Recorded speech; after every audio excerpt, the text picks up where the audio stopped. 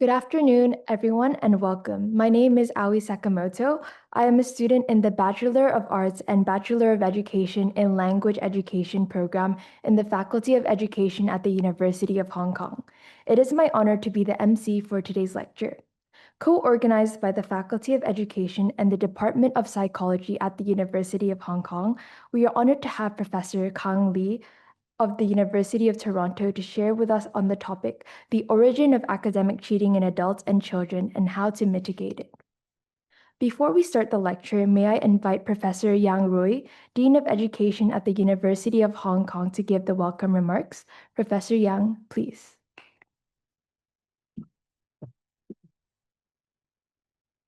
I promise I will be brief. Just read this, okay? Yeah. Professor Lee, distinguished guests, colleagues, ladies and gentlemen, good afternoon. On behalf of the Hong Kong U Faculty of Education, let me explain to Professor Lee, we have the convention. We usually say Hong Kong U. Throughout Hong Kong, we say Hong Kong U. We don't say HKU. Yeah. On behalf of the Hong Kong U Faculty of Education, it is my great pleasure to welcome you all to today's distinguished lecture entitled The Origin of Academic Cheating in Adults and Children and How to Mitigate It. I would like to express my gratitude to Professor Kang Lee from the University of Toronto for joining us and sharing his expertise on this important and interesting topic. My sincere appreciation also goes to our co-organizer, the Department of Psychology at Hong Kong U, for its valued partnership in supporting this lecture. Addressing complex issues such as academic integrity requires perspectives from across disciplines, and this collaboration reflects our shared commitment. Academic integrity forms the very foundation of education. In a context marked by swift technological change, evolving learning environments, and intensifying academic competition, the challenges posed by dishonest behaviors have become increasingly complicated. Academic cheating is not only a matter of discipline, it is deeply entwined with developmental, cognitive, and social factors. As an educator, our mission goes beyond facilitating academic achievement. We are entrusted with nurturing ethical values and fostering a culture of integrity among our students. Therefore, gaining a deeper understanding of how dishonest behaviors arise and how they can be effectively addressed is essential to our collective work. So we are very glad to have Professor Kang Lee with us today. He is internationally recognized for his pioneering research in developmental neuroscience and the study of dishonesty. Over the past, let me just say, sorry, this is a little bit off the topic. I was the first person writing in English on academic corruption, academic misbehavior. And I was strongly criticized by my friends and colleagues on the mainland since then. But I also, because of that, I also got the opportunity. I only wrote a small piece, and then I stopped. But because of that, I was often sent documents to review, by UNESCO, for example, and also by different academic journals. Therefore, I developed a certain kind of knowledge of academic corruption in many systems of higher education. Anyway, but it's an interesting issue. Forgot where I was. The study of dishonesty. Over the past 3 decades, his work has illuminated how behaviors such as lying, cheating, and stealing develop, and how scientific knowledge can inform education, clinical practice and beyond. We are grateful to have this opportunity to learn from Professor Lee's expertise, and particularly in relation to academic cheating. Following Professor Lee's lecture, Professor Yongyan Li from the Faculty of Education will offer her reflections. She will be joined by Professor Kathy Shum from the Department of Psychology for the discussion session. We are delighted to have them all with us, and we look forward to the stimulating exchange of ideas. Thank you all for joining us today. I hope you will find this afternoon's conversation both inspiring and thought-provoking. Thank you.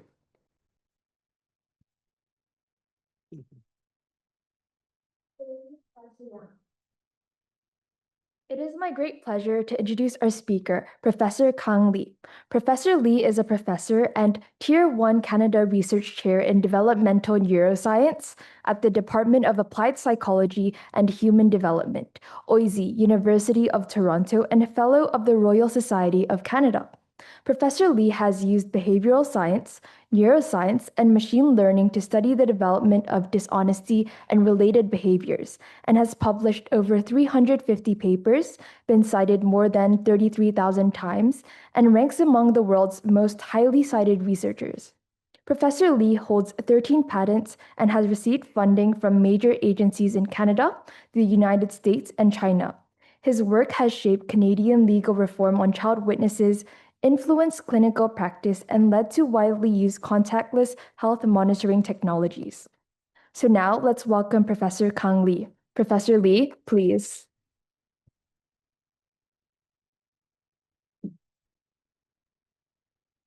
Thank you very much for the introduction. So I'm very happy to be here at Hong Kong University. I always say HKU, so I will change.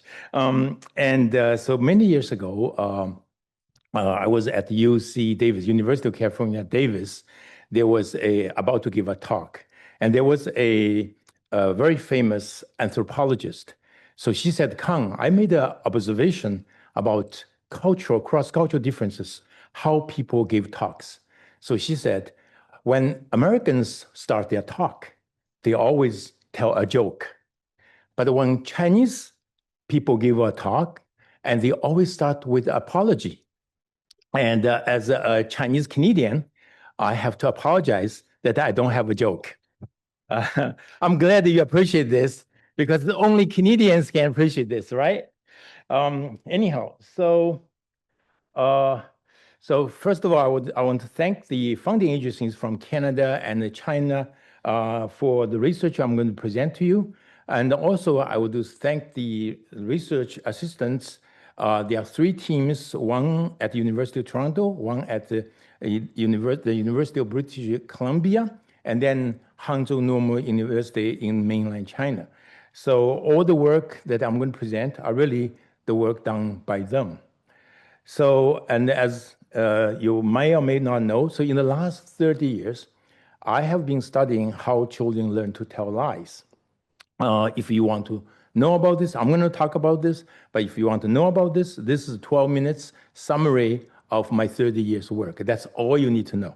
So today, I want to talk about something I started with my students about 10 years ago. I started to think about how we can study academic cheating, given the fact that I've been working on lying for so long. And because at that time, there were increased number of cases of academic cheating in Canada, in the United States, and growingly, of course, in mainland China. And however, I also wanted to make a switch because I personally had an unresolved issue, childhood issue. So this is not me, this is AI me. So I remembered that I cheated on a test in my grade 4th abacus class. So I remembered vividly because that's my first and last time I cheated on a test.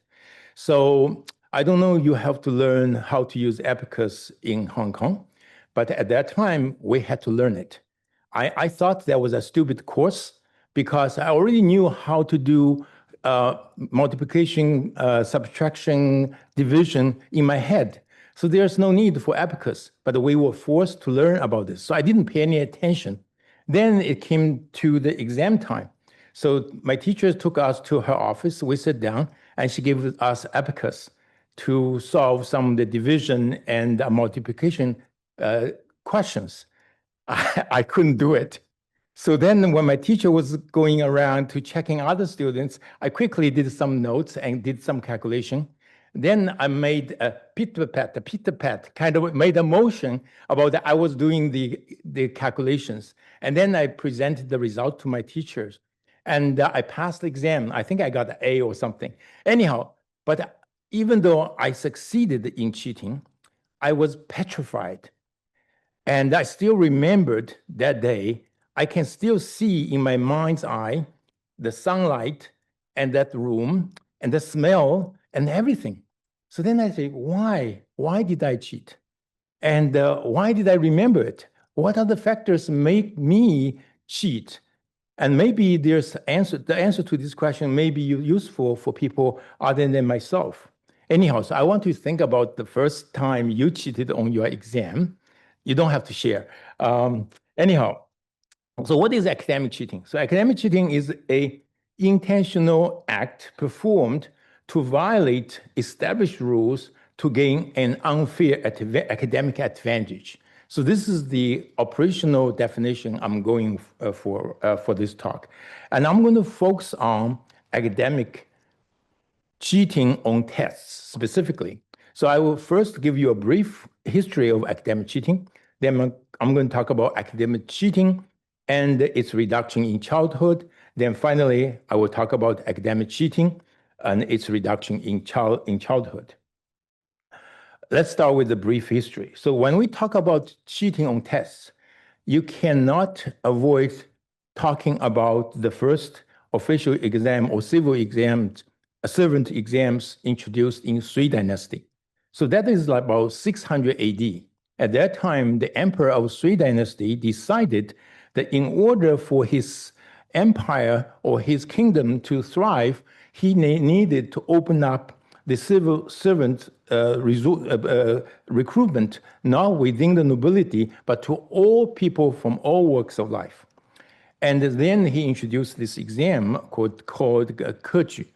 And then that introduction changed China profoundly at three levels. One is economy. So by the time you get to Song Dynasty, the economy of Song Dynasty is half of that the world. So that's economic development.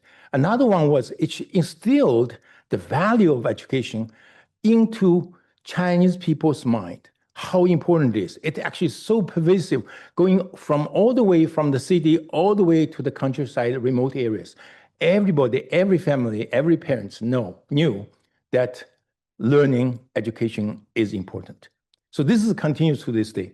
Another thing that changed is it changed a lot of people's family history because they passed exams. So taking my family as example, so my great-grandfather passed the provincial exam. So then what he did was you can see, so this is not my grandfather. I just took it from the internet, but this would be how he would have looked. So he had this big pipe in his mouth, which is very likely to be opium. And then in our hallway, he put up this thing and says 举人, meaning he passed the provincial exam. And then he actually moved to the city, built a big estate, took in multiple wives, and was super rich. And so, but unfortunately, our estate was now a elementary school. So I'm showing a relative's estate in the same city in Wenzhou. So they actually passed the national exam. So this is their estate. And now today, if you go to visit Wenzhou in China, you should visit this place. It's a national heritage site and tourist attraction. Okay. and their state actually smaller than ours. So this basically changed everything after he passed the exam. So it changed everything in my family. So even my relative will say that, Kang, the reason you are a professor of the University of Toronto was because of him. So this, just think about the stake that would have for your family if you pass the exam. And within about 100 years, people start to cheat. So there are different ways you can cheat on this exam. The first way is called the sneaking in. Sneaking in, basically, you take in the exam materials secretly. So as you can see, on top there is one, you can put it in the shoes. You can also wear a pair of socks. But if you look closely on the socks, they are actually written Chinese classics. The same is true with the T-shirt on that side. So on the T-shirt, they are actually Chinese classics. Or you can purchase a small book, and within that, there will be the exam materials. So that's the other one. So this is the first level of academic cheating at that time, if your family is not very rich. Then if you have some money, you can actually hire someone to write the exam for you. So it's called a substitute. And then if you have more money, you can bribe the examiner. But ultimately, if you have a lot of money, then you can bribe the government. So there are 4 ways of doing this. But if you look at the modern time in North America, it kind of history repeats itself. So as here, these are the modern time cheating. So students, some of you guys have caught your student doing that. So I have. So they sneak in, written some kind of materials on their body. And this is Mary Trump. She claimed President Trump actually hired someone to write the SAT for him to get into the university. So which highly likely to be true. And then the next one was there a few years ago. This is a very famous actress. Her name is Lachlan. And she actually bribed the University of Southern California official to get her kid into the school. So basically what happened in ancient China got repeated in the United States and possibly all over the world. So the next question is, so what are the rate of academic cheating in a given university, you might ask. So my student in China and I have been looking at this question, and by looking at combining all the studies that have been done in the last 100 years. And so this is what we found. We got the results this last week. So it's a 35.2% of the students, if you ask them, have you cheated on the exam in the last 3 months? So they would say, it's an anonymous questionnaire. So they would say yes or no. So the cheating rate was about 35%. It varies from country to country, but there's no gender difference. But you may say, well, this is self-report, should not be trusted. So let's kind of look at some harder evidence. So this is what we did. So what we did was a team of my students from University of British Columbia went around the internet, as well as making calls, writing emails to universities, including Hong Kong University, asking for the reports, your annual academic integrity reports. This actually is happening all over the world. Every university has it. But I don't think Hong Kong University gave us the information. A lot of people keep it a secret, but regardless, we got a lot of information. And this is what we found. So over the last some years, starting from 1990, you can see the steady increase of students who cheated on exam and were caught. So the rate of that is actually pretty small, very small, given the size of university. So, but with increased time, you notice more and more students who cheated got caught. So reach a peak around the pandemic. And now it's going down. So my suspicion is it's going to go down to the pre-COVID level. but that level is about 1.5%, so very small. Another thing that's very interesting, so when we compiled those universities that disclosed to us about the academic cheating trends, two universities stood out. They all relate to me. One is University of California, San Diego. I was a faculty member there, and the University of Toronto, which I'm currently am a member, and they are on top of the world in terms of cheaters who are caught. So then you make a comparison. You say, hey, maybe these are two bad universities. Students go there cheat. No, not that case. You take a look at the other universities, such as Northwestern, almost nobody got caught. So it doesn't tell you that the students at Northeastern were goody two-shoes. They did not cheat. It was the university, they didn't care, so didn't try to catch students who cheat. But on the other hand, UC San Diego and U of T are the universities that cared about academic integrity. Therefore, they try very hard to catch students who are cheating because it's totally unfair to other students who do not cheat. Anyhow, but you may say, okay, this data is still not good enough because these are not real cheating because look at 1 point, this is UC San Diego is like 4%, it's still very small. We also look at data, we found some kind of interesting correlations. One is the larger the university, the higher the cheating rate, which is understandable. Another one that's very, very interesting is the higher the university international ranking, the lower the cheating rate, which is something there. We don't know why, but these are the correlations we found. But of course, you will say, okay, these are the stupid students who cheated and got caught. But what about the real cheating rate in a real exam? So we really, really want to answer this question. So with research ethics approval, as well as university's approval, as well as the professor's approval, we actually did a real study in a real exams. So how did we do it? So we create this paradigm called the fake facts paradigm. What is fake facts paradigm? So this is the question. So in the exam, so we inserted these questions in a real exam, intro psych exams or intro to pedagogy exams. These are real exams. We got permission to insert about 5 questions into these exams without students' knowledge. And for example, here's a question. What is the famous tissue box effect discovered by Kang Lee? So do you know the answer? Kang Lee never discovered anything. So this is made up. So this is the correct answer. So Kang Lee and his colleagues discovered a tissue box effect. When people are giving an IQ test with a tissue box, they score significantly higher than those without a tissue box. So I made this up, right?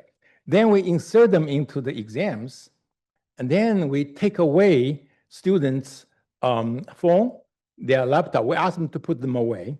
And we told them we have already posted the answers on the internet. So now we just sit there and wait to see how many students answer these questions correctly. Okay, so it turns out the cheating rate is about 40%. So which is very close to their self-reported cheating rate, which is amazing.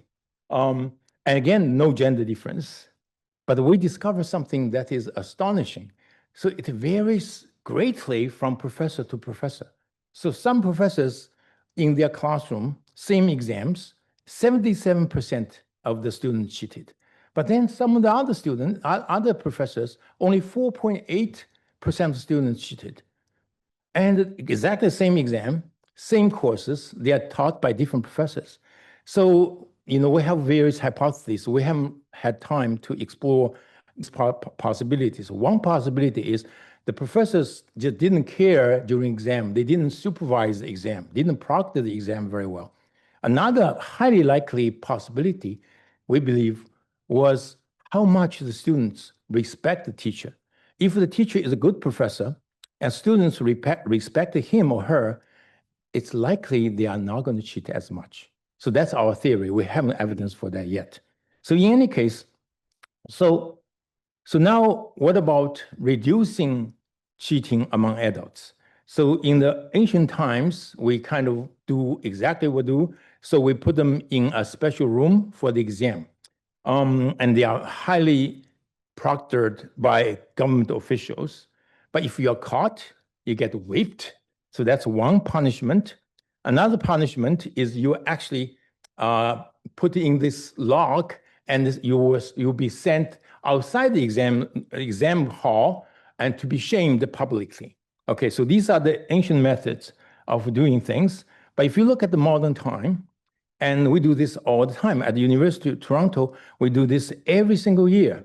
That's doing exam with a team of proctors, specially trained to catch people cheating. So this is how it looks like every single year. And still, it's very difficult to reduce cheating. So in India, people came up with a much better method. So the student will ask to strip naked, and they send in the army to prevent you from cheating.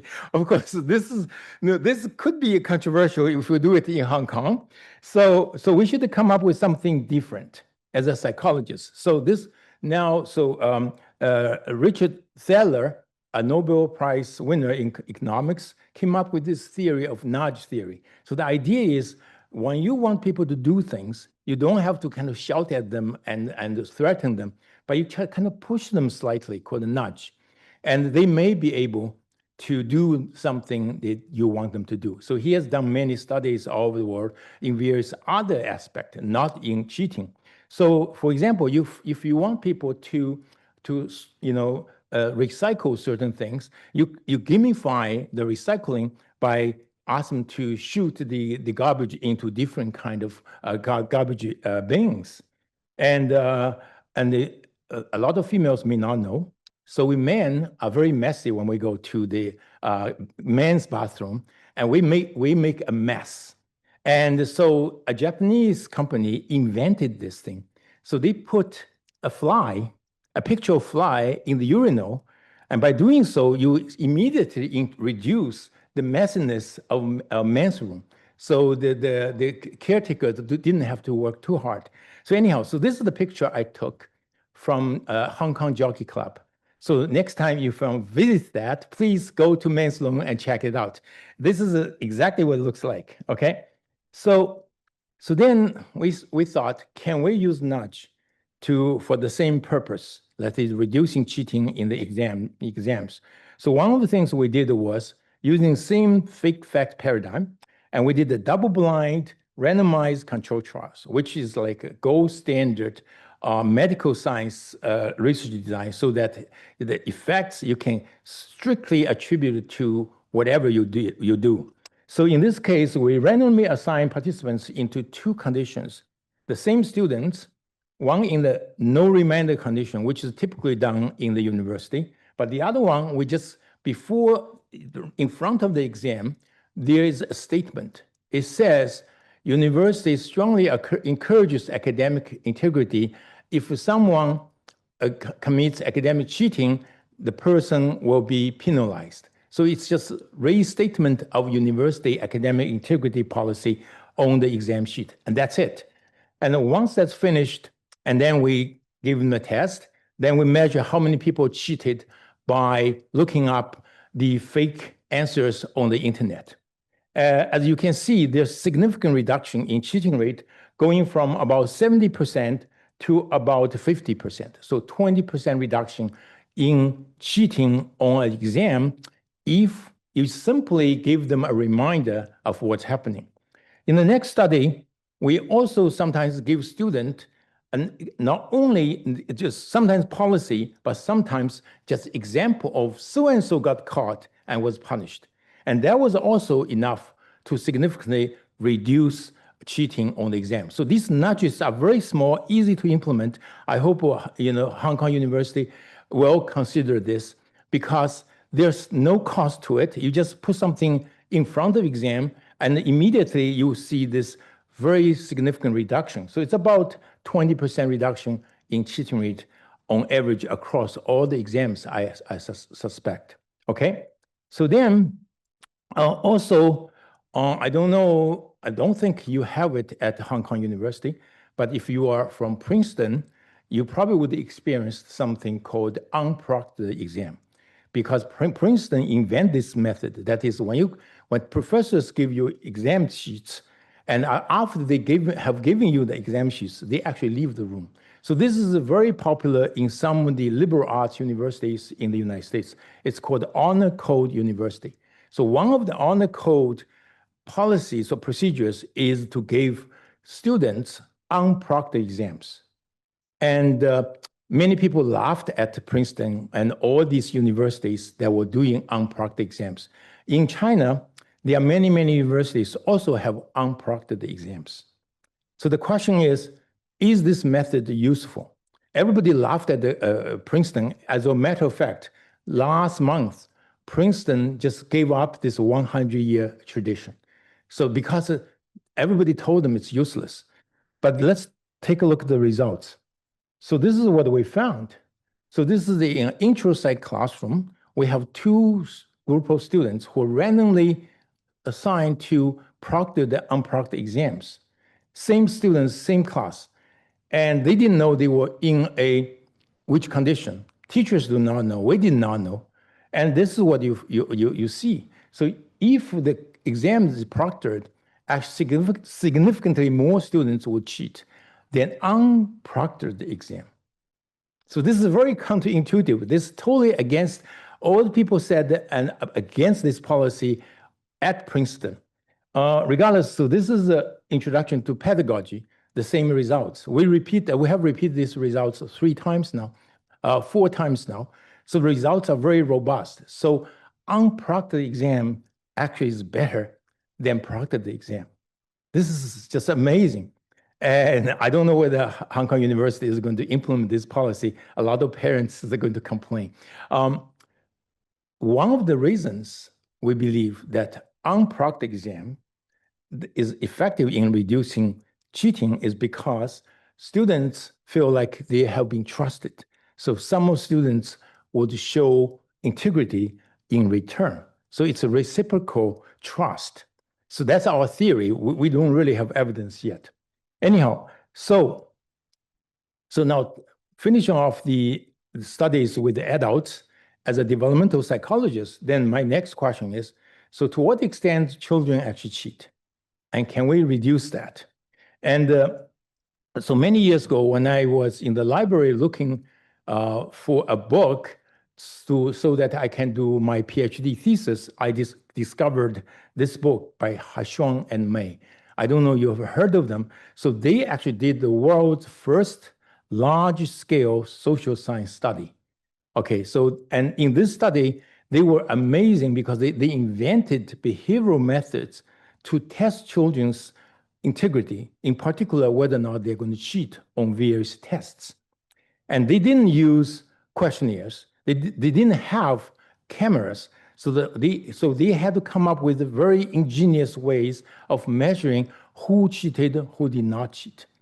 So in this whole book, there were all sorts of methods. I was just so amazed by it. So that's why I got into the study of dishonesty for 30 years of my life. So, and they were just practically my heroes, Shum and May. So if you look at any developmental psychology book or any introduction to psychology book, you'll find their names there because they were really very, very famous heroes to many, many people.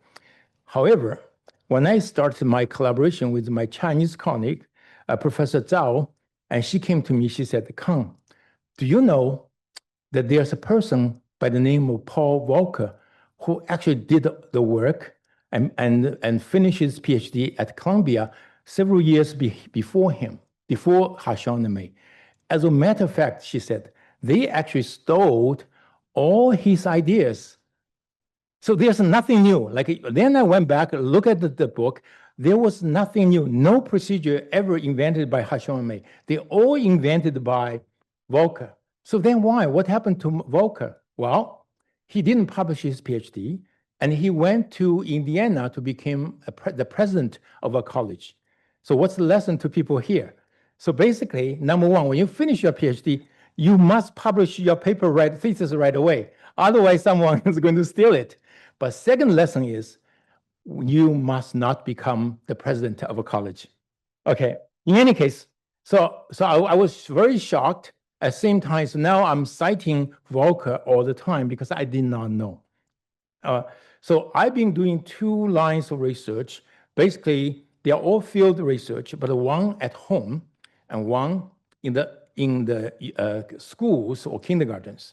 So this is how we do online study. So we've been doing this all over the world. So we basically, with collaboration from parents, we set up a Zoom meeting with parents.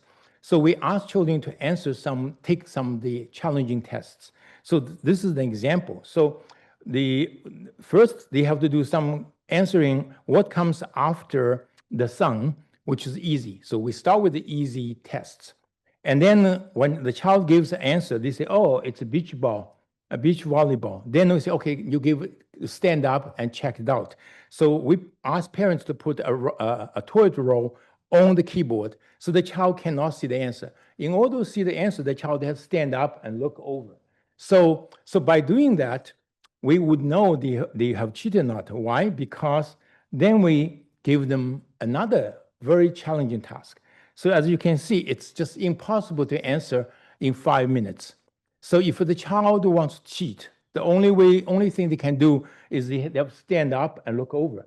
And during the time, we kind of lie to the child. We say, okay, I'm sorry, I have to take a phone call, or I have to go to the washroom. When I come back, then we finish the test. But do not peek at the answer. And then we leave the room. And then there's a hidden camera on the computer, so we can record the child's move. And then by doing so, we can tell whether or not a child has cheated. Another method is you do it inside the school. So we take the child to a testing room, then we give child a challenging math task, and then we leave the answer key on another table. We told the child, do not pick the answer key. And then we get up and leave the room. And the question is, will the child cheat or not cheat? So this is the challenging question. It's just counting question. As you can see, the first one is easy, second one is easy. The third one is almost impossible to finish in 5 minutes. So you have to count the shape. And of course, we already put the answer and circled it on the other table. So there's answer key. So you found a cheat, you can cheat. So what is the result? What are the results? The first result is very consistent, very robust. With increased age, children become less and less likely to cheat. So the cheating rate is going down with age. Another thing which is surprising, that is verbal IQ is negatively related to cheating. That is, the higher your verbal IQ, the less likely you're going to cheat. It has nothing to do with performance IQ, but only verbal IQ. And also we discovered the more children know about honesty is good, they are less likely to cheat. And next thing we discovered was very robust finding, small but robust finding. The higher the self-control, they're less likely they're going to cheat. This is understandable. And finally, the more likely, the better they are reading other people's mind, they are less likely to cheat. And so all these studies are based upon correlational data. So we're making assessment of child simultaneously. But you may, from your textbooks, stats textbooks or intro-psych textbooks, so your professor might have told you that you cannot draw causal conclusions from correlational data. And that statement now is considered at least partially wrong. So in the last 10 years, people have developed the so-called causal machine learning method. So you can actually draw causal conclusions from correlational data. So this is what we did. So we basically controlled a lot of covariates, age, gender, et cetera, Then we look at what are these factors that cause children to cheat more or less. And what we discovered were basically increased self-control, increased ability to read other people's mind, you are less likely to cheat. There's a causal relationship between cheating and self-control and mind reading. So this is very powerful. So in the old days, I would have to do a experimental study to prove that. By using this causal machine learning method, you actually can draw firm causal conclusions, at least causal predictions. Okay, so the next thing we did was, what are the other factors that might make the child more or less likely to cheat? So one of these questions we asked is, when we praise children, would that make children more likely to cheat or less likely to cheat? So in this study, we have 3 and 5-year-olds. We give them this challenging math test. And so what we did was like this. We assigned children into 3 groups. In all 3 groups, we give them a pre-test. They are easy tasks, math tests. And once they finish, first group, we said nothing. The second group, we say, oh, you did very well, because they actually typically finish them all correctly. So we say, you did very well. So that's called the performance, praise performance. And then finally, the third group, in which the child also did very well, we say, you got them all right, you are so smart. And then we give them the challenging math task. Then we leave the room. Then we watch whether or not they're going to cheat. So this is what we found. So in the no praise condition, the cheating rate is typically 40%. So this is very stable across many countries, okay? So this is a no praise control condition. But if you say you did very well, almost no effect on cheating. However, if you say you are so smart, and the cheating rate goes up significantly. So then we looked at why children would cheat more in a praising, smart praising, ability praising condition. It turned out that they want to hold their reputation. Because you say, I'm smart. Now I'm facing this challenging task. I'm going to fail. So this is going to be bad. So what is the solution? Cheat. So this is how children, learn about, to cheat by thinking about their personal reputations in front of others or their teachers. So in any case, so there are many these factors we have looked at, but this is just, the time I have. I just give you one of these examples. So now, how are you going to reduce cheating in childhood? So old method, I don't know, you grew up in a Catholic school. Catholic nuns in Canada beat the shit out of you if you lie and cheat. And so this is, this is still legal in some parts of Canada and in the United States. And if you're from Singapore, I think you know the answer to that as well. But of course, that's not commonly accepted method. So in places all over the world, scolding is typical. However, scolding does not really reduce cheating. So again, Indians came up with a different method. so this is how in some Indian schools, they prevent kids from cheating. And we don't think this is a good method as a developmental psychologist. So we go back to Thaler to look at his nudge book. And they say, maybe you can nudge children to be honest. So how do we do this? So this is one study. So in this study, we asked children to make a promise. So this study is done in Canada. So basically, it's very simple. When I leave the room, before I leave the room, say, can you promise me you are not going to cheat? So control condition, no promise. But in the experimental condition, it turned out there are 2 groups of kids. Some kids said, I promise I'm not going to cheat. But there are other very sneaky kids. And they say, okay, yeah. And let me show you the results. So this is a control. So cheating rate is very high, 70% in Canada. And then some kids said, okay, they still cheat. But if they say, I promise I'm not going to cheat, they are significantly less likely to cheat. So ask children to promise not to cheat is very, very effective. Most importantly, then you ask the child, you say, what is promise? They say, I don't know. A lot of kids, they don't know what a promise is. At 3 and 2 years of age, if you ask them to promise you something, they're going to do it. I don't know why. So this is a very powerful method that is universal all over the world. Children just, once they promise, they try very hard to live up to their promise. Okay, anyhow. So next thing we did was, we said, okay, can we trust children and then make them less likely to cheat? So in this study, we basically take the child from their classroom to the testing room. On the way, we give them an envelope. In the envelope, there was the answer key. We say, can you keep this answer key? It's very, very important because that's the answers to the key.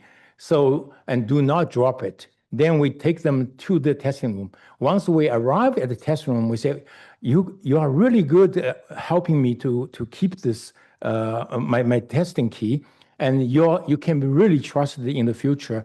And I trust you're not going to cheat on the test. And we said that, and we take the children and give them a test.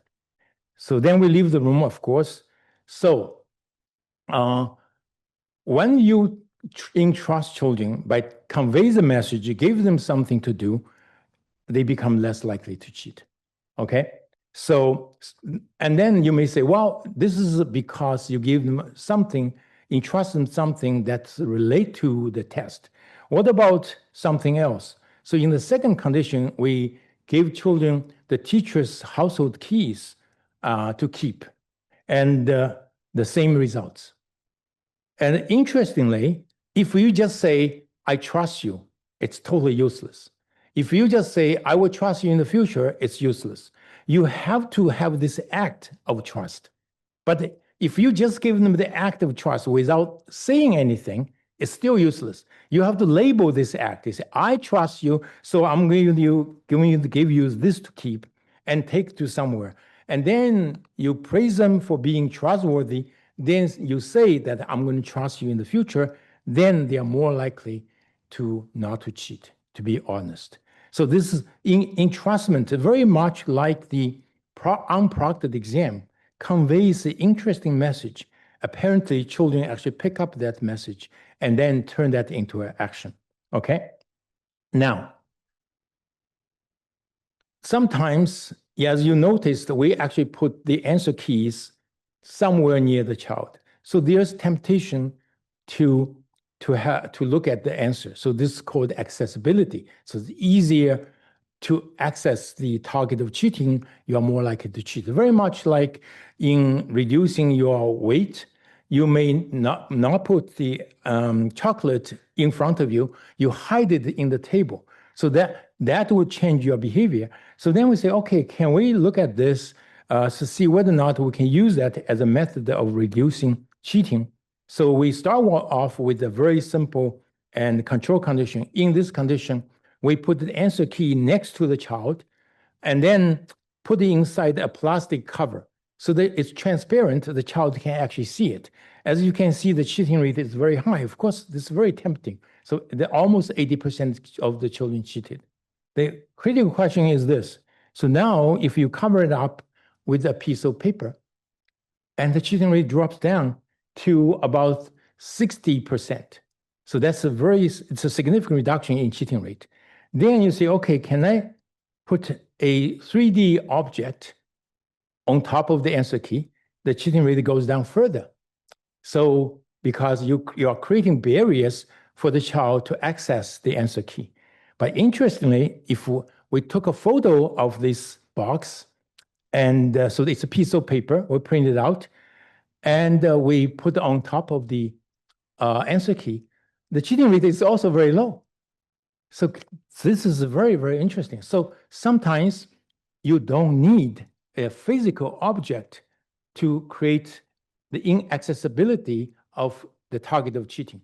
So a symbolic one is sufficient.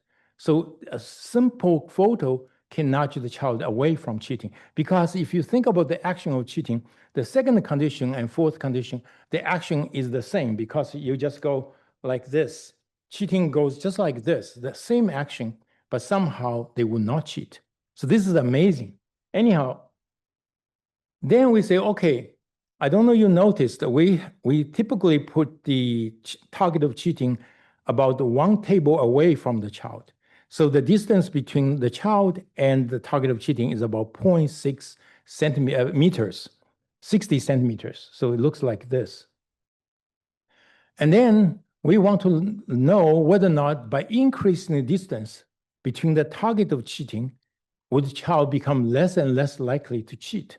So because the farther it is, less accessible the target of cheating. So we did 1 meter, 0.6 meter as a control. We did 1 meter, 2 meters, 3 meters. So what we found that was a step function. That is, as long as the target of cheating is 1 meter away from the child, the cheating rate was low, but not steady decrease, just similar.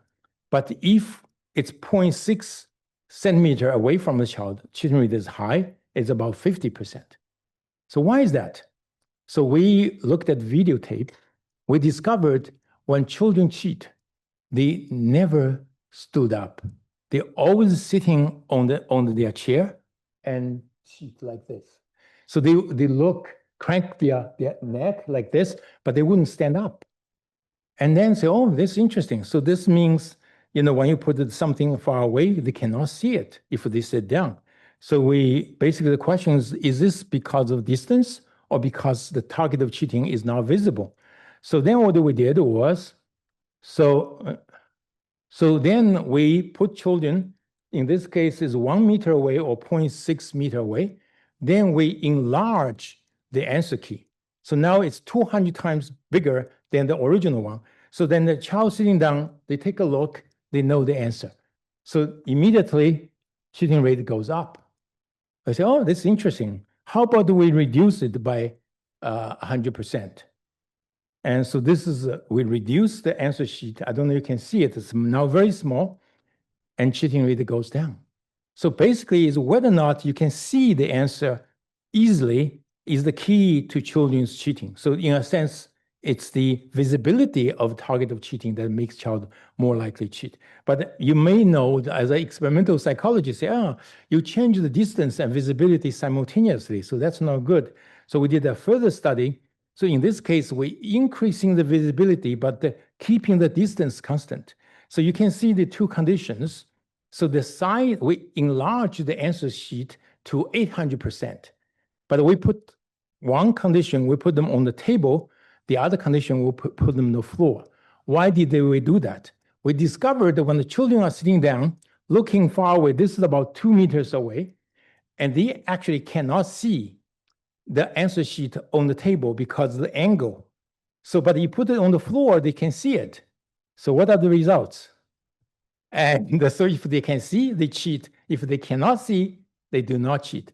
So the lesson for teachers is you make sure the answer keys are not visible, too tempting, or too easily accessible, right?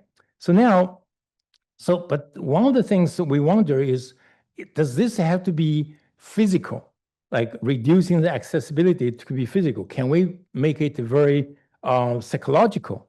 So this is a study we did. So the reason we came up with this study was because every day when I go to University of Toronto, I took subway.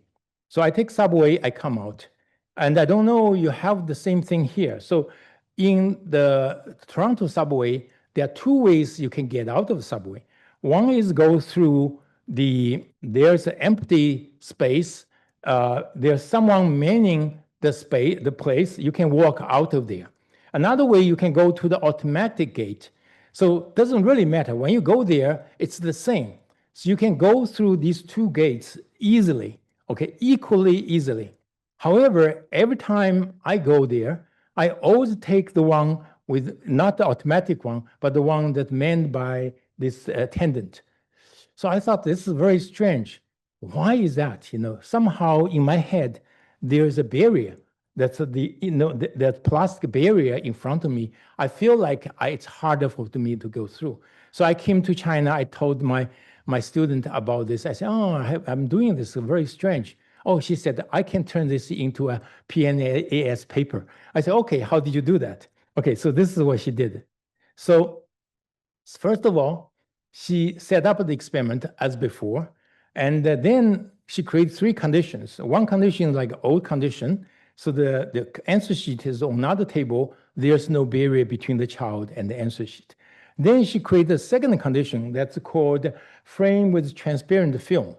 So it looks like it's translucent, but actually it's transparent. We made it so that the readers can see there is a piece of plastic, but children do not have to do anything. They look over, they can see the answer. So this is called a frame with transparent condition. The third one is they're just a frame without anything. So the question is, by putting these barriers, even though it does not blocking the child's visual accessibility to the answer key, would they be more or less likely to cheat? So this is a control condition. It's about 50% cheating rate. That's typical. So what if you put frames with the film? A cheating rate now is about 15%. Without the film, it's about 25%. So there's significant reduction, even though there's nothing between the child and the answer key except for this frame. So this is very strange. And then people say, maybe because you put something strange in the room, the child is suddenly just kind of frozen. They don't want to cheat because this thing looks very strange. So we move this to the other side. And with the child more or less likely to cheat, now cheating rate goes back up to 50%. So it's the location, not the presence of this barrier that makes child less likely to cheat. So then, if that's the case, can we create another situation in which you can see in the rotate the frame E condition, even though it's not right in front of the child, but there is some barrier between the child and the answer key. In the other condition, you put the rotated frame behind the table, so it's totally not blocking the child. Is the child more or less likely to cheat? Well, so in E condition, the child is less likely to cheat, but in the F condition, the child is more likely to cheat. So it tells you like this barrier, even though you can easily see the answer, somehow prevent the child from cheating. So there's some kind of invisible barrier in your head. Then my students said, okay, wait a second, that's not enough. Let me go home and get my child's magic wand. So I don't know you have magic wand at home. So basically looks like just like this. So she goes over, and before the experiment takes off, she goes over, and then the experiment takes off. The question is, so now it's totally imaginary barrier. So what happens? So children are less likely to cheat. So now the results, when we got the results, I said, this is so strange. Kids are weird, they are a bunch of weird people, and we adults will never do this. Then suddenly in my university, there's a crosswalk, and we do this every single day. So nobody says you cannot walk outside the zebra, but we do. And interestingly, even cat does that. So you think cats will like boxes. No, they don't like boxes. They like just like squares. If you do a square, they'll go and lie there. So somehow there is this kind of barrier that make people do things, make animals do things as well. And very interestingly, so this is in my neighborhood, every night I went out to exercise in the middle of the night, this 12 o'clock or 11 o'clock. And this florist in my neighborhood, which is a very busy street in Toronto, they never ever, for the last 20 years, they never ever take their merchandise, their flowers, inside their store. They always leave them out, simply by putting a string around it, and that's it. Nobody apparently is stealing their stuff. So then I was still not convinced until a few years ago. I don't know if you remember this. So Americans were traumatized by it. So this is when Biden won and Trump lost. So Trump get people riled up to come to the Congress to be against the people inside. So as you can see, so I was watching the live broadcast. You can see there's chaos outside the Capitol. And then at some point, I think in the afternoon, the Capitol was breached. Then people got in. And this is what I saw. People were very, very orderly. Why they are orderly? Very orderly people. Why? Because their strings lined up. So then at some point, someone knocked down that, then there was a chaos. So as you can see that this invisible barrier in your head, sometimes if you create that, can help children, perhaps adults, to do things we want them to do. In any case, so in summary, so academic cheating has a long history, and adults frequently cheat on exams, and academic integrity policy reminder, and examples of sanctions and unproctored exams are effective in reducing cheating in adults. And cheating begins in preschool years. Age, verbal IQ, and cognitive factors play a significant role. And social cues such as ability praise can cause children to cheat more, but promise and entrustment can cause children to cheat less. And physical cues to reduce target accessibility, visibility, and create mental barriers can nudge children to cheat less. So going back to my great-grandfather. So about, I think, 15 years ago, so my father decided to sell our house. So I went to the Arctic with my father to help him clean out the family stuff.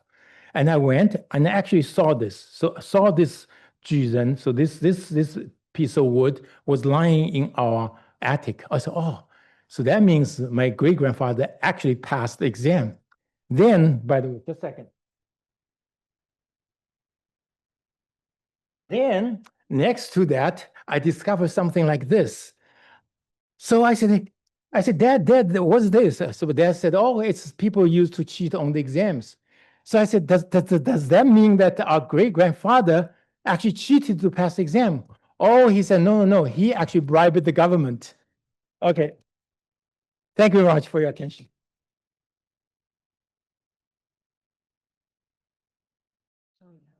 Next, let's welcome our discussant, Professor Yongyan Li, Associate Professor in the Faculty of Education at the University of Hong Kong, to share her insights with us. Professor Li, please.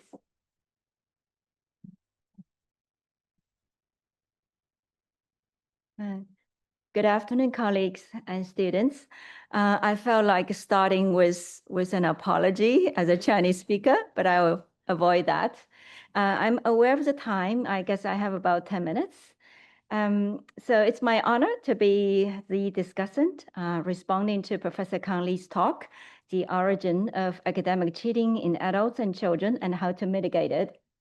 Building on Professor Lee's developmental account and historical references to the imperial examinations, my response brings in a historical perspective. I'd like to make an argument that is, cheating is shaped by high-stakes assessment, institutional pressures, commercial opportunities, uneven pedagogy, and today increasingly digital platforms and AI. I'm going to go through 9 points very quickly. The first point I'd like to make is high-stakes assessment has long generated cheating technologies. As we all know, 科举考试, imperial examination in Chinese history is a high-stakes mobility mechanism, as Professor Kang Lee has already shown us. Stringent procedures were in place to prevent cheating, again, as Professor Lee has shown us. But I'd like to share with you some photos that I took in Nanjing last month. So after I learned I need to be a discussant at this talk, I went to Nanjing and took some photos from the Fuzi Miao or Confucius Temple area. I took these photos as a China Imperial Examination Museum, 中国科举考试博物馆. This is a map of 全国贡院分布图. In English, it is map of imperial examination sites across the country. The one I went to is located on the east of the country, the east coast of country in Nanjing. So Jiangnan Gongyuan, which is now the site of this museum,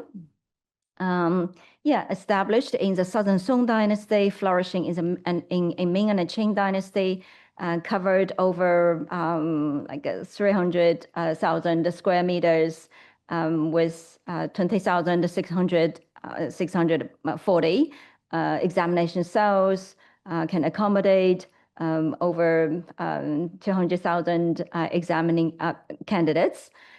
it is the largest examination site in Chinese history. So that's the one called Jiangnan Gongyuan in Nanjing. Okay, so, all right, yeah, all right, okay. So this is the entry to the museum, and as you may see, the two Chinese characters on the horseback is Do Kui to win the first place, and the statues showed candidates on their way to the examination site. And this slide shows some pictures. The one at the left top, Lian Zhong San Yuan to win the first place at the 3 levels of examinations. And then on the left bottom, we see a dragon gate symbolizing success in the exam. And on the right-hand side, we see 解报, that is a success notice. Now, Professor Lee's references to a Juren ancestor and to Yu Hailou, as you may have noticed from his slides, reminds us that examination history is also family history. Yeah, indeed, family history, local history, and intellectual lineage. Maybe his ancestral family was a 科第世家, as this honorific archway shows. As you may see, 科第世家, so a family distinguished by generations of imperial examination success. Yeah, on this slide, you see the spatial designs, the seating arrangement, and also the separate examination cells, preventing people from cheating. Now, despite these measures, there was still cheating.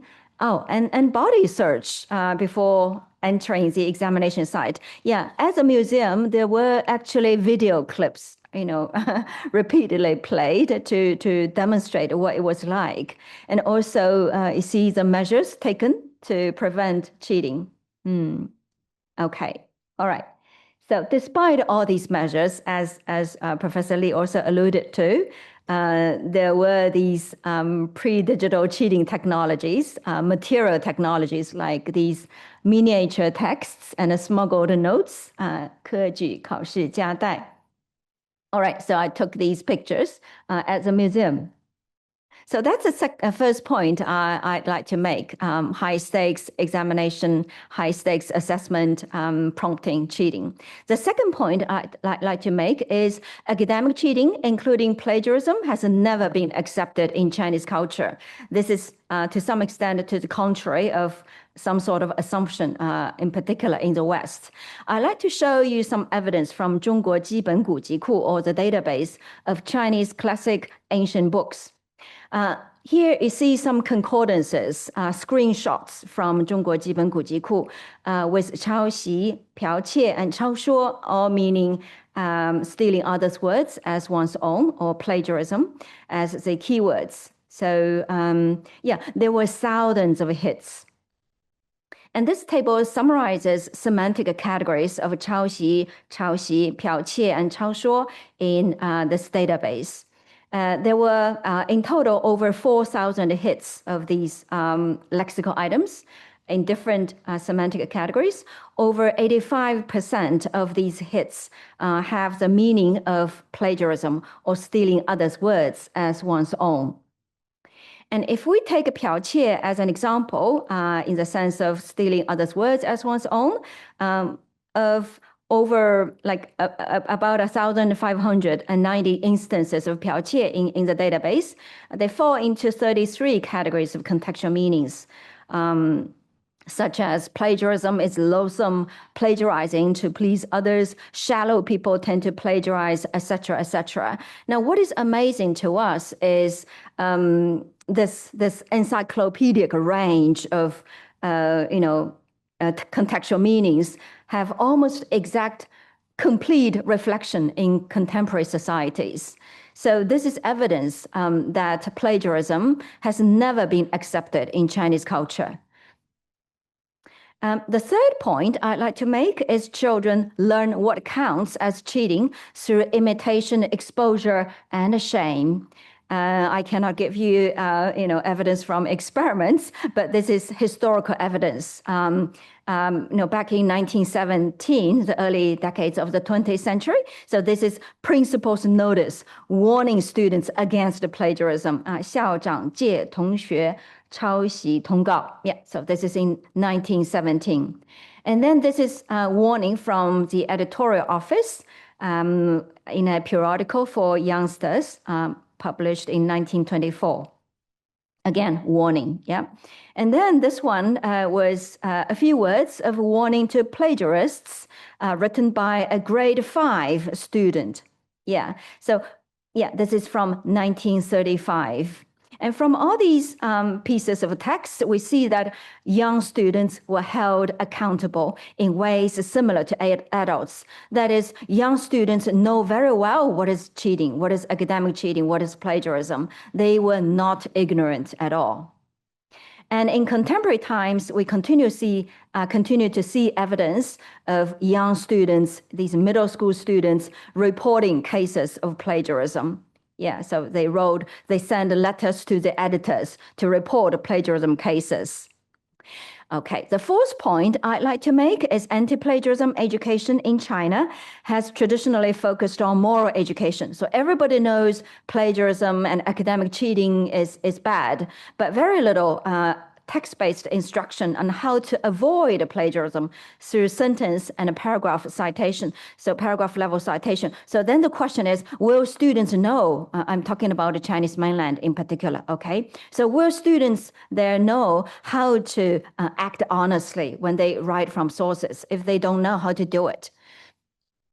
Okay, the fifth point I'd like to make here is the issue is not absence of ethical resources in Chinese tradition, but missing links in codification and pedagogy. Two scholars' views on how to quote prior texts in writing are particularly worth noting. So these two scholars are Gu Yanwu, who lived in the late Ming to the Qing dynasties, and Kang Lee, who lived in the Qing dynasty. So in Gu Yanwu's 论引书, he said, 凡述古人之言，必当引其立言之人。古人又述古人之言，则良引之，不可习以为己说也。 He also said, 凡引古人之言，必用原文. So we see that this is very similar to what we know today, right? And Kang Lee similarly said, 引书法是端熙书院著生。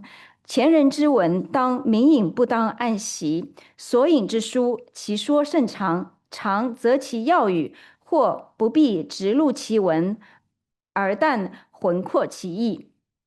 引书必见本书而引之。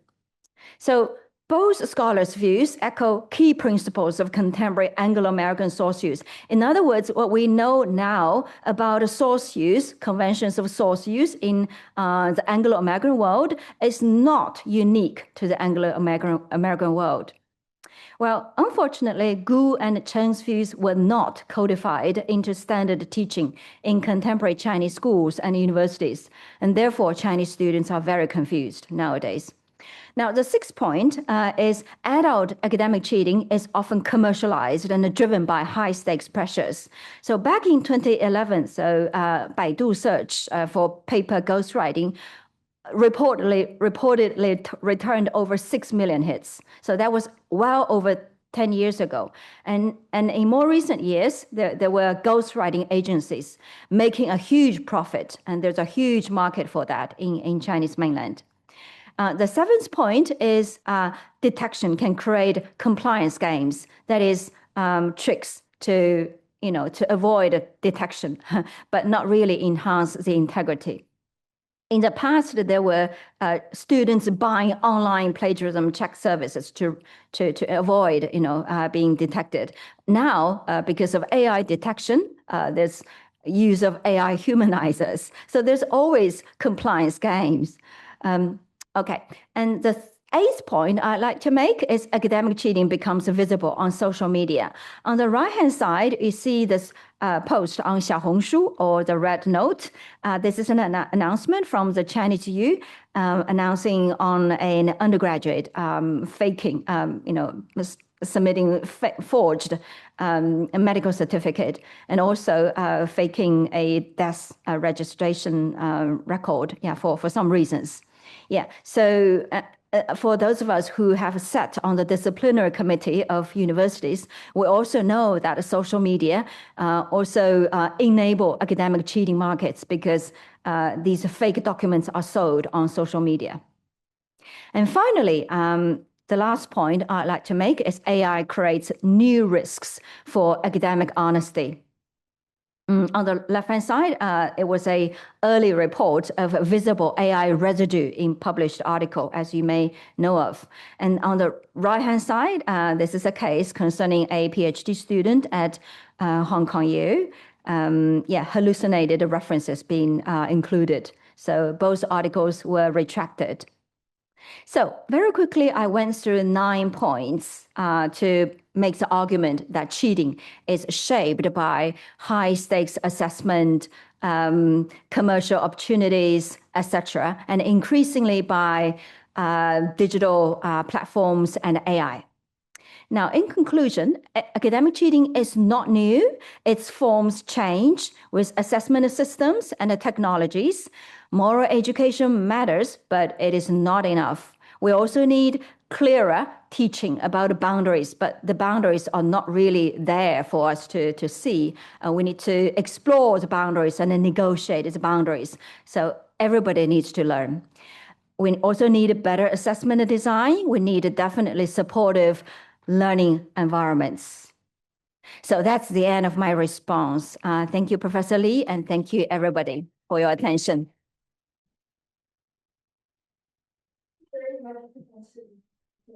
Please remain on the stage. Now we will proceed to the discussion session.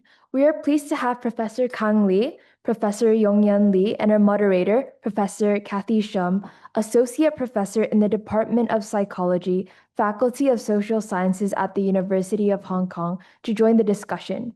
May I now invite Professor Lee and Professor Shum to come to the stage. Please take your seats. Thank you.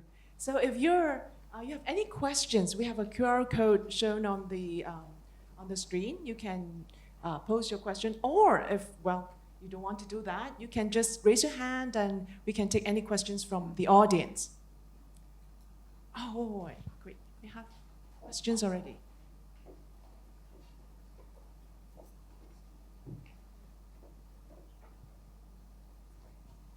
Thank you, Professors Lee, both for your lecture and the discussion. So in my administrative role, I do deal with lots of cases of academic cheating, and it's often, what concerns me more is when a student shows remorse that they were caught rather than the fact that they decided to engage in the cheating. So I was thinking, Professor Lee Kang, in your lecture, you talked about, children and kind of, what helps children prevent or develop a sense that they should not cheat, rather, that they develop kind of a moral fiber or backbone. So I was trying to think about how to apply this to university teaching.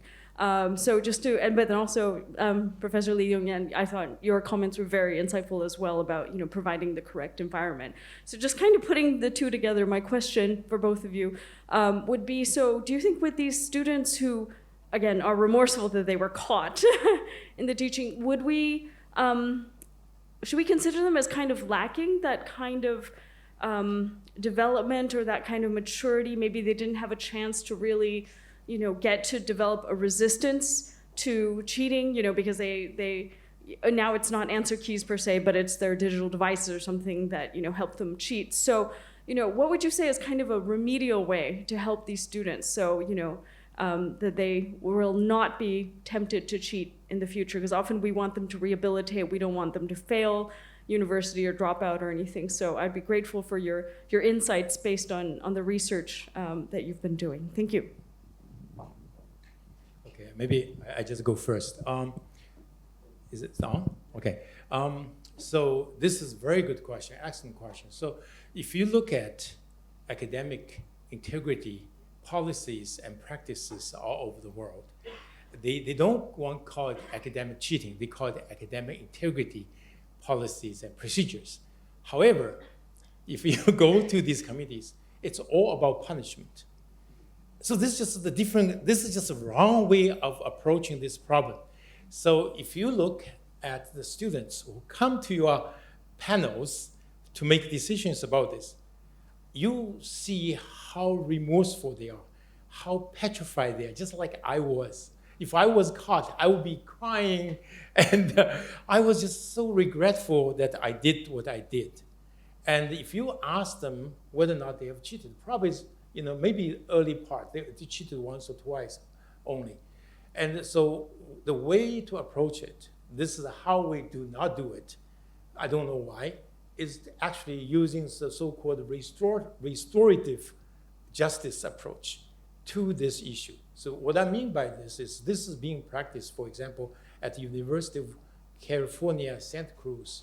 So what they do is once you're caught for the first time, you actually are invited to a workshop, just talking about your feelings.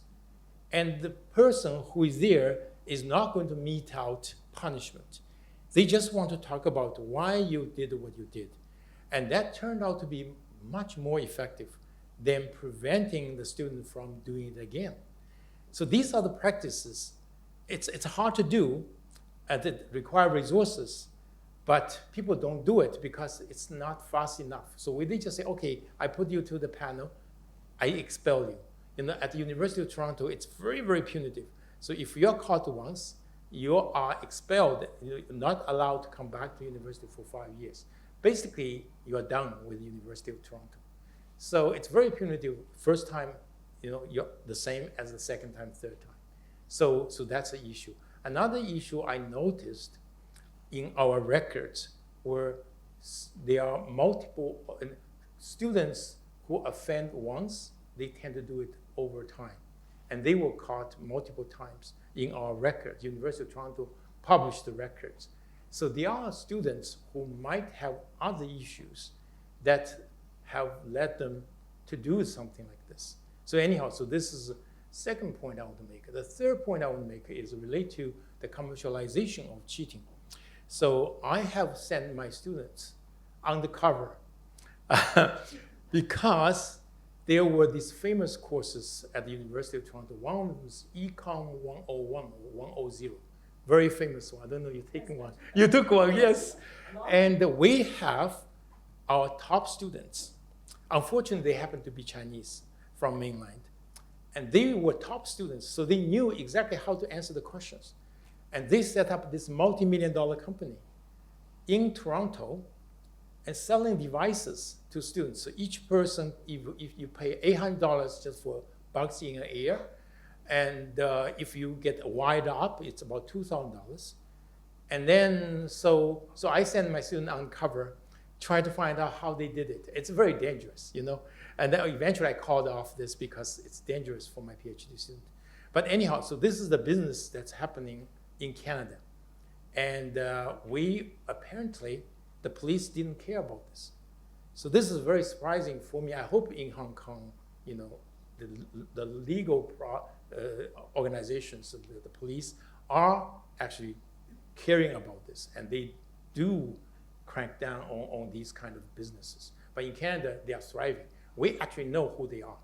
So they are our top students. So these are the three things I want to mention. I guess if this happened in Hong Kong, we can report to Dongzheng Saimong, right? And Dongzheng Saimong is one of the show in Hong Kong that they will always go for these frauds and they report these frauds. So yeah, very well. I took that course. Like most of the questions were MCQ questions at that time when I was undergrad. The same. Yeah, same, yes. still. Yes. So actually it's quite easy to cheat. Yes. Yes. Any questions from the floor? I don't have any questions on my platform. Yes.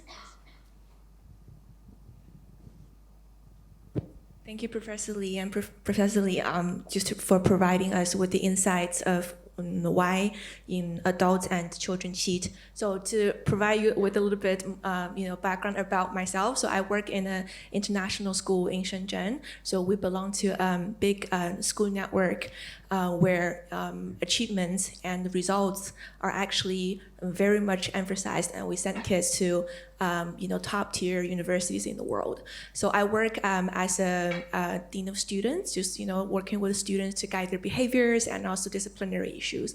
So one thing I have to deal with is academic cheating.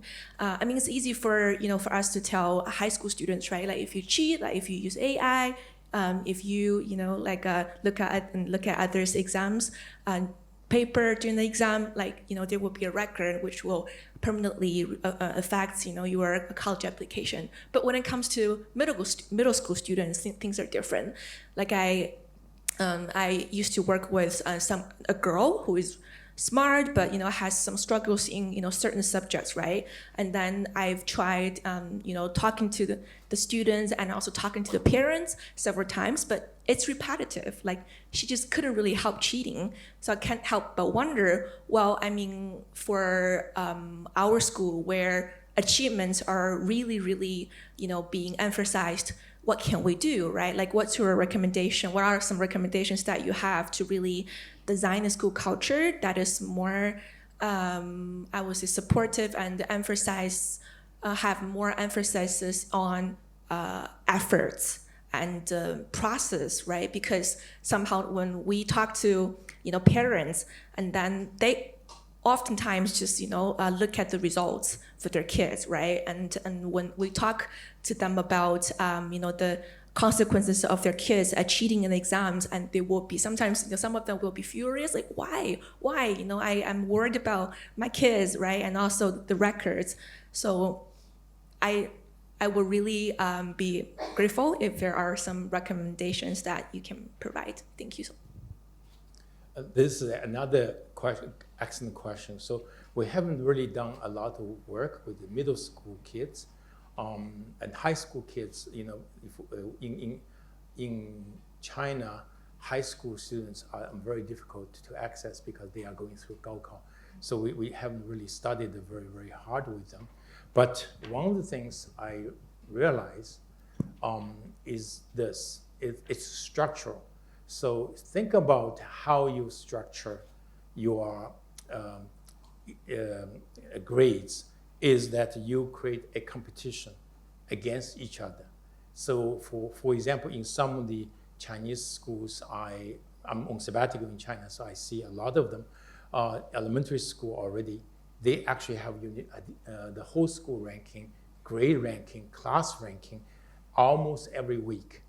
So if you do rankings like this, so then you create competition between the students, and this high-level competition, just like Keju, it's going to create incentives for cheating. So if you remove that competition, then the cheating tendency will go down. So to be honest, we did one study with middle school kids. Their cheating rate is not very high. It's about 30%. So just on the low side. The high school students, they are much higher. So as far as we can tell. So I think the key is how you structure the school to make it less competitive between the students, more about competing against yourself. So that to me is the key, but it's easy said than done, because even the elementary schools, the Chinese government said, you cannot, do the rankings, but actually every single child knows where the rank in their class, in their grades. This is just, teachers convey this. There's incentive for the principal to do this, and there's incentive for the teachers to do this. So all that creates this unnecessary competition, and which then lead to some people to take shortcuts, including parents, including people they hire to put their kids to international universities. So maybe this will be useful for you. So I didn't know this. So I don't know, you have sent your kids to, you talked about process. So I don't know, you send your kids to, in US, Canada, we sometimes send our kids to AP courses during the high school, so that we feel like this is a must, would increase your chance of getting into good universities. Some of the students actually go to the IB programs. And it turned out, if you go to IB program, you may be able to survive, let's say, University of Toronto much better than take AP courses. Because we have about 20 to 30% of students in the first year, they kind of burned out. They kind of, after the first year, they were asked to leave the university. It's a very high percentage. A lot of them are international students who have never experienced how you actually learn in an open university where you have to manage your time, your effort, how to choose what courses to take. And the IB program teaches you the process, but the AP courses doesn't. So it's very unfortunate. I see a lot of students in our university kind of crashed out the university, wasting a lot of their parents' money, and because they didn't know how to do it. And then, of course, when they encounter difficulties, what do? They search and they find these, paper mills, or they have this like test for hire or other stuff. So I think these are the symptoms of the way they learn and how we teach. So that's what I'm saying. Just to close, I can ask you. I mentioned academic misconduct so widespread in Asia and in Chinese mainland in particular. I really wonder whether Western kids, in comparison with Western kids, whether Asian kids are more likely or less likely to cheat. So we also looked at last 100 years of people cheating for real. It's not like a self-report. It's 35% across the world. So almost no difference. Okay. So just like the Western kids are as likely to cheat as kids in Asia, but it's about the competition, about the culture. So I don't know you noticed that there was a very red spot on the map I showed you, and that is Kazakhstan, I think. So, and I didn't know, so I just put this number up, and I was at Brown last month, and one of the students raised her hand and said, okay, that's my country. She said, in my university, if you do not cheat, your professors will think you are stupid. So, but I don't know, I never studied it, but I feel like it's a cultural environment, how you foster it. So you foster honesty, and as well as, reduce the notion of competition. You are really not compete against your classmate. There's no way you'll compete against your classmate. You'll compete against people applying for the same university all over the world. So if they change even that notion, I think would make your students less likely to cheat. Maybe I read some questions from the platform. Actually, several questions relate to AI. So how will AI reform test and cheating control following the idea mentioned by you in your talk? AI. Yeah, so that's like a question on everybody's mind, is how do we deal with academic cheating in the AI era, right? I don't have much experience in this, but I'm a supervisor to a bunch of doctoral students. To me, the first thing we need to do is to discuss the issue openly. In fact, I know one doctoral student was failed in a course because the AI index was very high in that course, the assignment that she submitted. So I worked with her to redo the assignment, giving her feedback. In other words, even at the doctoral level, the students may also need a lot of support, from the supervisor, from fellow students. I encourage my supervisees to openly discuss the use of AI in thesis writing, in paper writing, helping each other, And one of my students did interviews with doctoral students on the use of AI in research writing. So I invited her to share a bit of her, findings, which can be shared among, the fellow students. So in other words, I don't think we should keep it a secret. Even though our university has policies, right? The use of AI in teaching and learning, and also the use of AI in research. So we have very clear policies. But still, it's up to the supervisors, the course teachers, and the students to interpret them. Because on a daily basis, we are in this difficult situation of dealing with AI. And another issue, as I mentioned in my response, is the role of social media.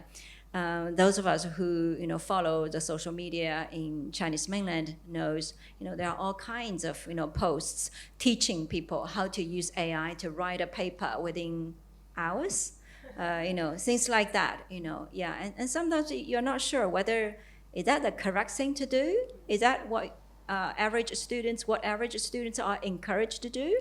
Is that okay with the supervisors? Is that okay with journals? Is that okay with universities? So there are confusing messages around. So in this confusion, I think we need to talk, we need to discuss, in research groups, in classes. So that's my perspective. Thank you. I want to follow that up. So I know a lot about AI. So one of the things I just heard, so it's actually a lie turned in can tell whether or not the paper is written by AI or not. It's completely a lie. It's a fabrication. So if your university is using Turnitin to detect whether or not a student has used AI, this actually is injustice to the student. So because just a paper came out this year, if your English is your second language, your writing is more likely to be classified as written by AI than if you are first language, English as first language writer. So just pure like that. So that's a bias. That's Turnitin. Turnitin AI has no way of knowing that your paper is written by AI or not. Period. So if your university is using that, you must stop that because you are creating injustice, and because this is not real, that's fake. Okay. So that's number one. Number two, however, I've been encouraging my students in my lab to use AI in their work, in their research, in data analysis, writing. However, I saw the news from your university. You just mentioned that. So one of your associate deans had to resign because his student, his student published this paper with hallucinated references. I said, this is horrible. How would you know my students is not going to ruin my career? I'm at this level of my career, and next paper is going to be like this. So I immediately developed an app to check whether or not my students are doing that. If you are interested, I can share it with you. It's very good. I've checked. It's about 99.99% accurate to see whether or not there are any shenanigans inside, hallucinations. And hallucination is very easy to check. What's more difficult to check is someone cited your paper, said you said such and such. But when you go to read the paper, you actually didn't say that. So this is another problem of the current AI written papers. So I also add something to it to make sure that the papers are checked out. So because I cannot fact check my students on all aspects of their papers, I have to trust them. But at the same time, I verify using my own app. So I haven't shared this with my students. So I won't share with the students here. I will share with the faculty member here so that you can check against your students' papers to see whether or not they did something not quite right. The last thing I want to say is an important message. So I don't know, your intentions. So I use AI a lot. I start to use ChatGPT when it was ChatGPT 2. I actually saw the first cheating case when ChatGPT 1 came out. So when my friend at the University of California, San Diego sent me, she said that, what is this paper? I said, oh, it's ChatGPT 1, because it's just mumbo jumbo. It's just garbage. The student didn't know and submit this using ChatGPT 1. So anyhow, so this, I have had extensive experience with AI, large language models, but my goal, my view, and my goal is to foster a group of students in my classroom, my lab, that they are AI native. So AI is going to be with us for many, many years to come. If you're against it, you're really against the tide of time. You're going to be drowned by the tide of time. So you need to learn about AI, in particular as professors, to make sure how you can use it, large language models in particular, to help your research, help your teaching, and help your students to survive in an AI world. So if you are kind of hiding behind all the other stuff so that you prevent your child from using AI, you're not going to do your students a good service. So that's what I'm saying. So at the University of Toronto, we have very open laissez-faire policy. So a professor decides what to do with AI, and which is good in a sense. So we decide according to our philosophy. But the problem is the students are actually getting mixed messages. So from one professor like me, I say AI all the time. And then they go to another professor who says AI is bad. So let me give you a good example. So I had a postdoc I hired in May. So I pay her $80,000 a year plus $10,000 for research. And she resigned from my lab. She said, Kang, my view of AI is totally against yours. Therefore, I had to resign. So this is just shocking. This is a young person, you know, and from someone else's lab, I hired a postdoc. And this makes me worry about our next generations of researchers and scientists and teachers who are so much against the time. And so I'm worried about her. You know, is she going to survive in the job market and in the future? But anyhow, so that's my view. Oh, okay. I think there are more questions from the audience there.